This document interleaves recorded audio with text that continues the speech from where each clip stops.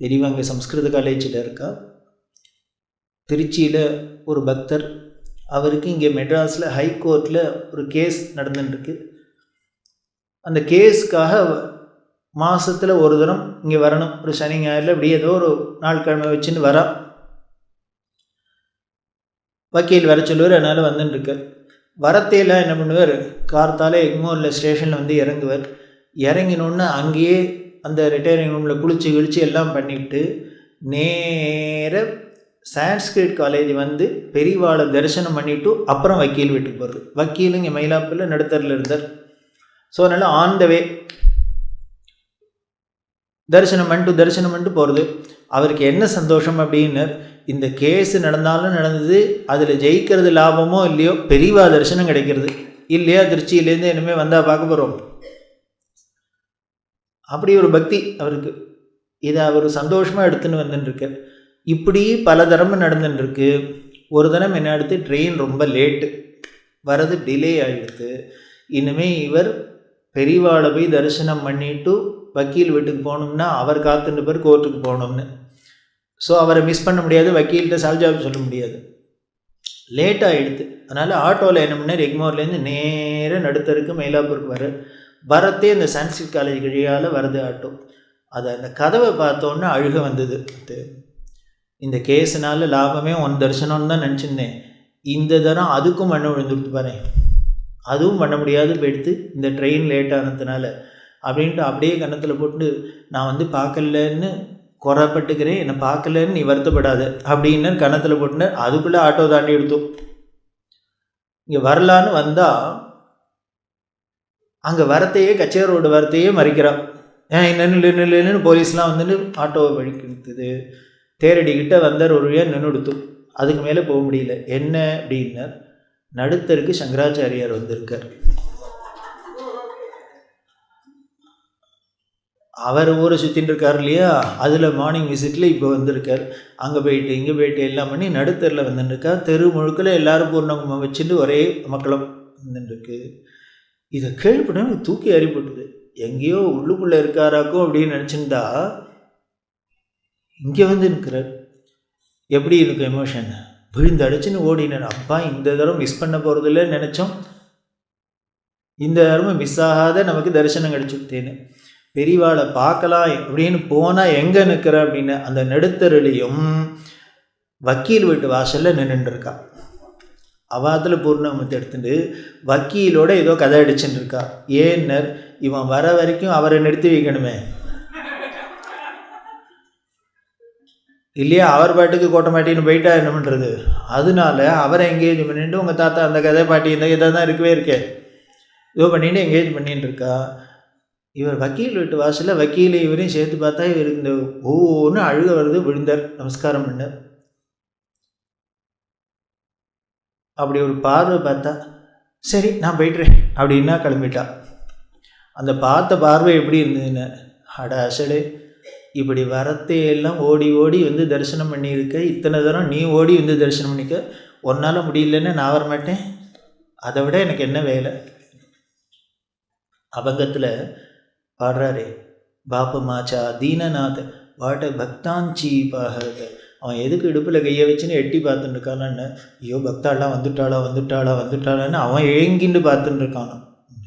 அதென்ன பகவானோட குணம். பக்த வத்சலன்னா பிரணதார்த்திஹரன் பேர்லாம் சொல்கிறமே, பக்த வாத்சல்ய நிரதம். அந்த பக்தாளுக்கு அருள் பண்றதுக்கு தான் அவர் இருக்கார், அதுதான் அவருக்கு பிரியம்.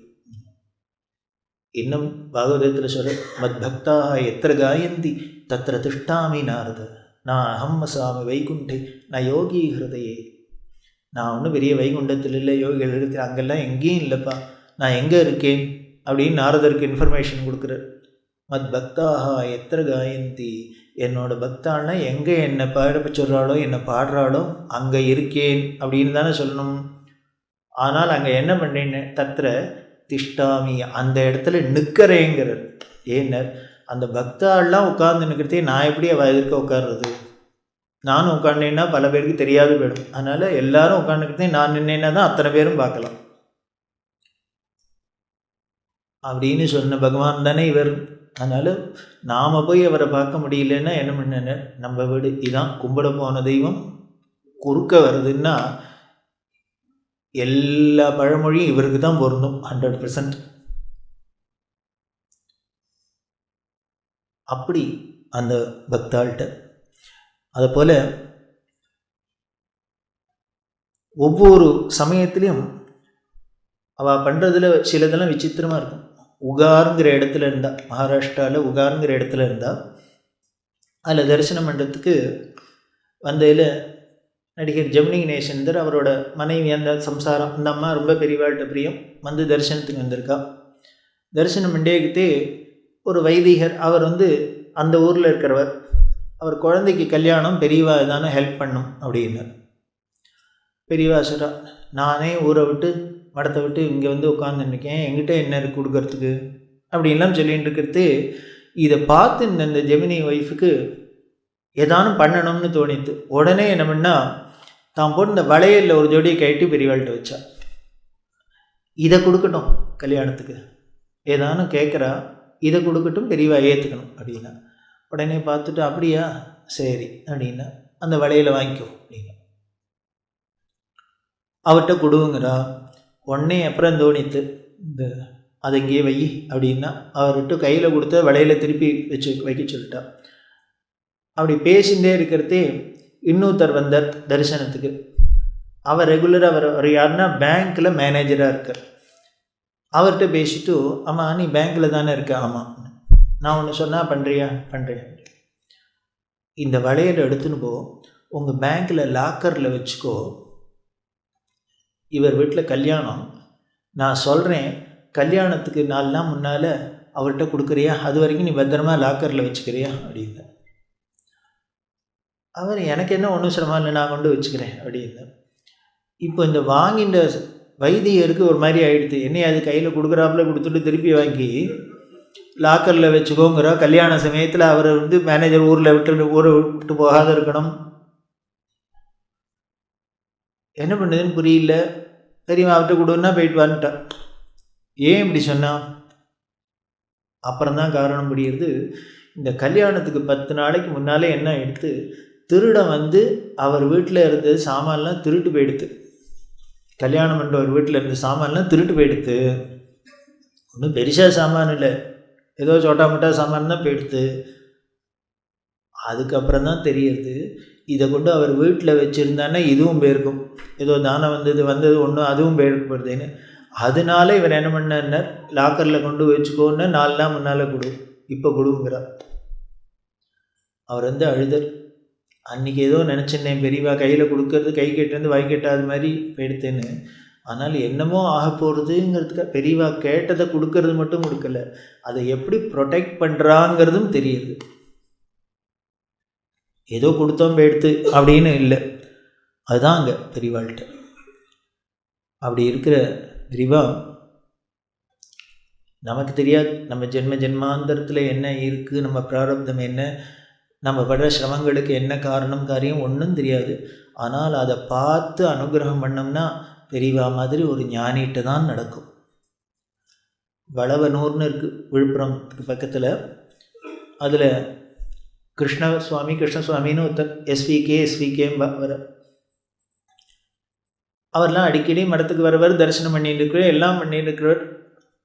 ஒரு நாளைக்கு அவர் பேருக்கிறதே திடீர்னு பெரியவா கேட்குறா, வேண்டா உனக்கு ராத்திரியில் தூக்கம் வரலையோ இல்லையோ அப்படின்னா. அவருக்கு தூக்கி ஏறிவிட்டது. எப்படி நம்ம தூக்கம் வரலைங்கிறது பெரியவாள்கிட்ட சொல்லவே இல்லை, எப்படி தெரியும்? அவருக்கு என்ன அப்படின்னா, ராத்திரி படுத்துண்டா தூக்கம் வராது. இந்த காலம் மாதிரி எல்லாரும் உள்ளே படுத்துக்கிறதுலாம் இல்லை. அந்த காலத்தில் அந்த புருஷாலாம் என்ன பண்ணோம், ஆம்பளைகள்லாம் வாசலில் படுத்துட்டு இருப்பா. திண்ணை இருக்கும், திண்ணையில் படுத்துப்பா. இப்போ திண்ணை இருந்தான்னா வாசலில் படுத்துக்கிறதுக்கு.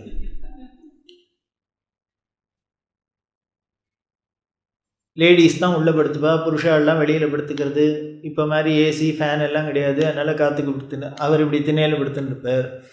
அவருக்கு என்ன ஒரு வியாதி அப்படின்னா, ராத்திரி படுத்துன்னா தூக்கம் வராது. அதனால் கொட்டுன்னு படுக்கையில் உட்காண்டே இருப்பார் திண்ணையில். இவர் எத்தனை நேரம் உட்காந்து சும்மா உட்காந்துக்கிறது, அதனால ரோட்டில் ஏதானும் யாராவது எங்கே போகிற இந்த பக்கம் அப்படின்னு ஏதானும் பேசிகிட்டே இருப்பார். அதனால் அவருக்கு ஸ்பெஷல் பேர் ஊரில் என்னென்ன எஸ்விகேன்னு சொல்கிறத விட யார் ஆந்த அப்படின்னு. ஏன்னா அதுதானே ராமனுக்குள்ள முழிச்சுட்டு இருக்கோம். இப்படி இருக்குது. இது என்ன ஏதுன்னே அவருக்கு புரியல. ஏன் இப்படி தூக்கம் வரலன்னு தெரியல. இப்படியே அவர் பாட்டுக்கு இருந்துருக்கார். இதை பெரியவாள்கிட்ட ஒரு நாள் கூட சொன்னதில்லை. இப்போ திடீர்னு கேட்குறா, ஏன்டா ராத்திரியில் அவனுக்கு தூக்கம் வராதோ அப்படின்னு. அவர் தெரியல, அதான் என்னன்னே தெரியல அப்படின்னு. நான் சொல்லட்டுமா ஏன்னு அப்படின்னு. அப்பா யாரானு ஒருத்தர் சொன்னா தேவையில்லை, என்னன்னு சொல்லுங்கோ அப்படின்னு. உடனே சொல்கிறா, ஆமாம் அவனுக்கு சொந்த ஊர் கிருஷ்ணாபுரம் தானே அப்படின்னு. ஆமாம் திருநெல்வேலி கிருஷ்ணாபுரம் அப்படின்னு. இவர் உத்தியோக நிமித்தமாக இங்கே இருந்தார், விழுப்புரம் பக்கம் அப்படிலாம் இருந்தார். அதுக்கப்புறம் இங்கேயே செட்டில் ஆகிட்டார். நீ என்ன பண்ணு, இந்த கிருஷ்ணாபுரத்தில் பெருமாள் கோயில் இருக்கோ இல்லையோ, ஆமாம், நீ என்ன பண்ணு, ஒரு 400 ரூபா பணம் எடுத்துக்கோ, நேராக கிருஷ்ணாபுரம் போ. அந்த பெருமாள் கோவில் தெருவில் அந்த இடது பக்கத்தில் 5வது வீடு அப்படின்னு அவள் பேரை சொல்கிறா. இது எல்லா ஊர்லேயும் எல்லா அட்ரஸும் இவர்கிட்ட தான். அவத்தில் போய் 400 ரூபாயை அவள்கிட்ட பணத்தை கொடுத்துரும் அப்படின்னு. எதுக்கு சம்மந்தம் இல்லாத வடவனூர்லேருந்து திருநெல்வேலிக்கு போய் கிருஷ்ணாபுரம் போய் பெருமாள் கோயிலேருந்து இடது பக்கத்தில் 5வது வீட்டில் 400 ரூபாய் கொடுக்கணும்? அது காரணம் சொல்கிறா, உங்கள் அப்பா கடன் வாங்கியிருந்தாரு, அந்த கடனை அடைச்சாதான் தூக்கம் வரும். இப்போ அப்பா பாட்ட கடனை ஃபுல்லாக அடைக்கணும்.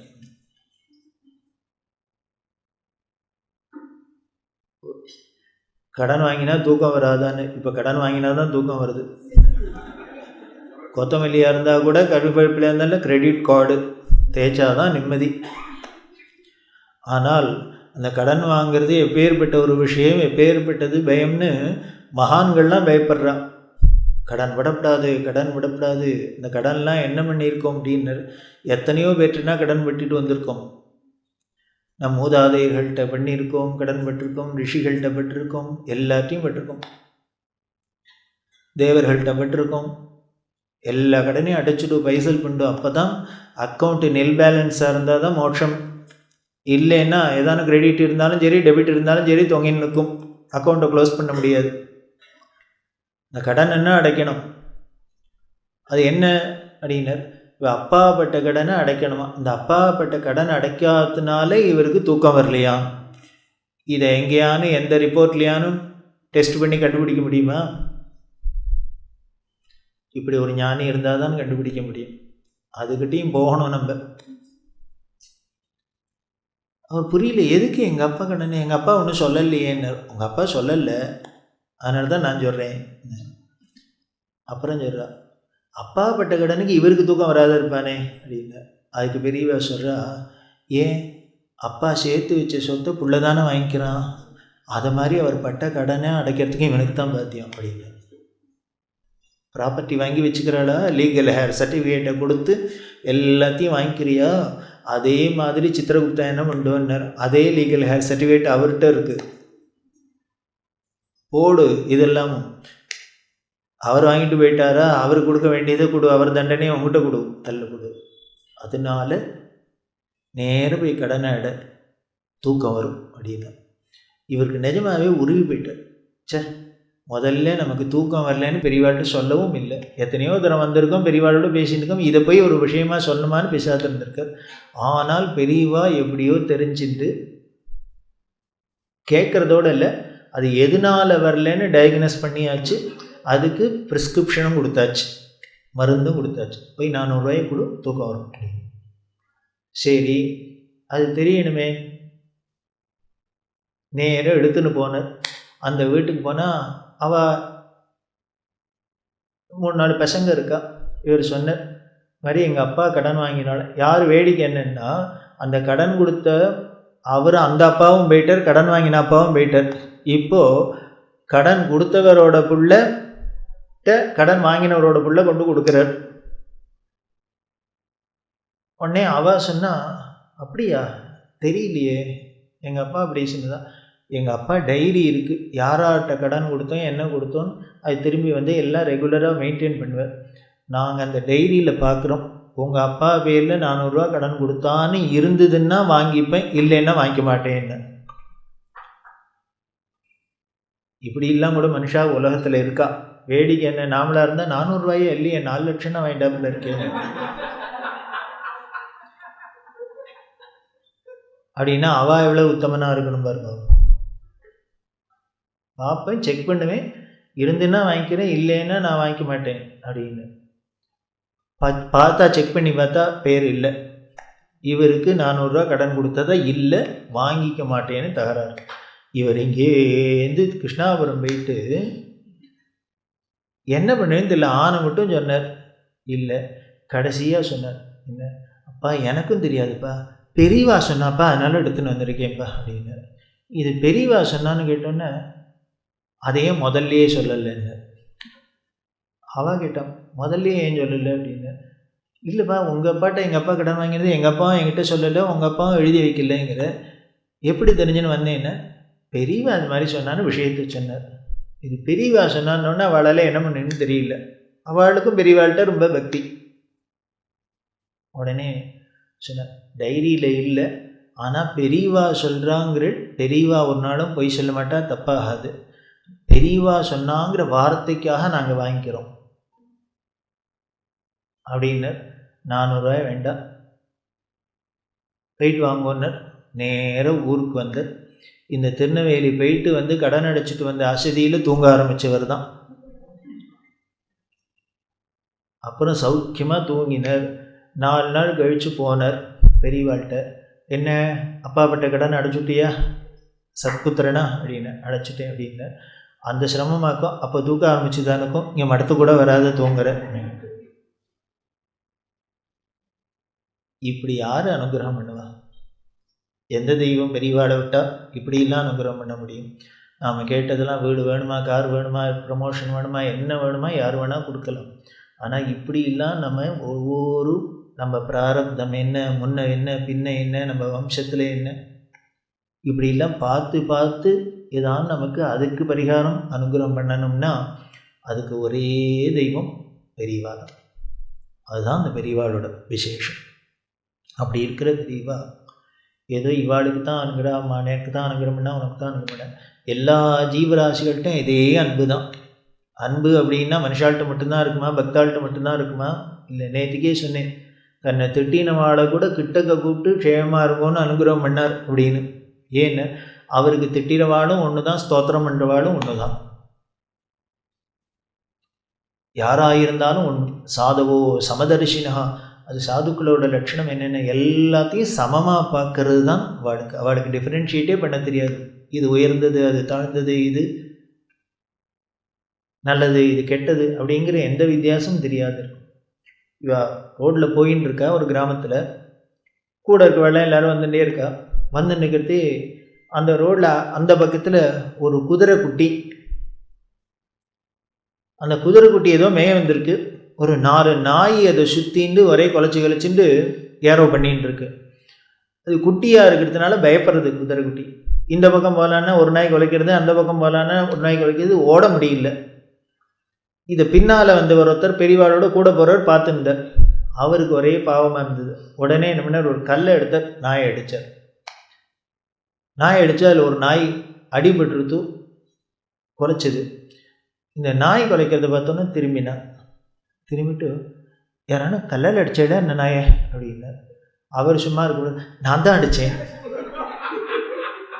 ஏதோ பெரிய கோயில் கும்பாபிஷேகம் பண்ணாப்புல முன்னால் வந்து பார்த்தா அது ஒன்று என்ன பண்ணித்து, எதுக்கு கல்லால் அடித்தப்போ நாயை அப்படின்னா. என்ன பண்ணோம், அது பொல்லாத்தனம் பண்ணுறது, போக்கிரித்தனம். அந்த குதிரை குட்டி பாவம், அதை சூழ்நிலை எல்லாமே கடிக்க போகிறது, குலைக்கிறது அப்படின்னு.